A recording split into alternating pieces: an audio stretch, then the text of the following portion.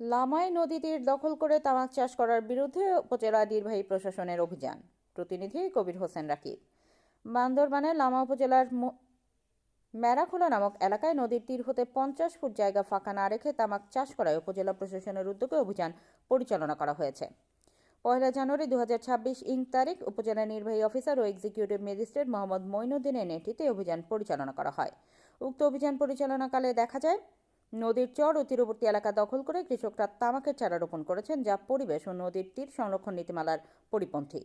এ সময় উপজেলা নির্বাহী অফিসার কৃষকদের সাথে কথা বলে বিষয়টি অবহিত করেন এবং সরকারি নির্দেশনা অনুযায়ী নদীর তীর হতে ন্যূনতম 50 ফুট জায়গা ফাঁকা রাখার নির্দেশনা প্রদান করেন। অভিযান পরিচালনাকালে তামাক চাষিদের অনুরোধে মানবিক বিবেচনায় উপজেলা প্রশাসনের পক্ষ থেকে 2 দিনের সময় প্রদান করা হয়। নির্ধারিত সময় শেষে নির্দেশনা না মানলে পুনরায় অভিযান পরিচালনা করা হবে বলে জানানো হয়েছে। এই অভিযান সমগ্র লামা উপজেলায় ধারাবাহিকভাবে চলবে বলেও জানান উপজেলা নির্বাহী অফিসার ও এক্সিকিউটিভ ম্যাজিস্ট্রেট মোহাম্মদ মঈনুদ্দিন। এই অভিযানে অংশগ্রহণ করেন লামা উপজেলার কৃষি কর্মকর্তা মাসুদ রানা, কৃষি সম্প্রসারণ কর্মকর্তা, লামা থানা পুলিশের আভিযানিক দল।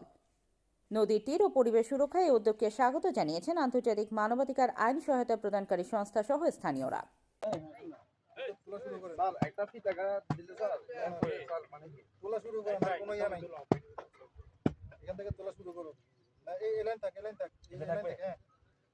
ওখান থেকে এক পাশে ফেলা রাখবেন।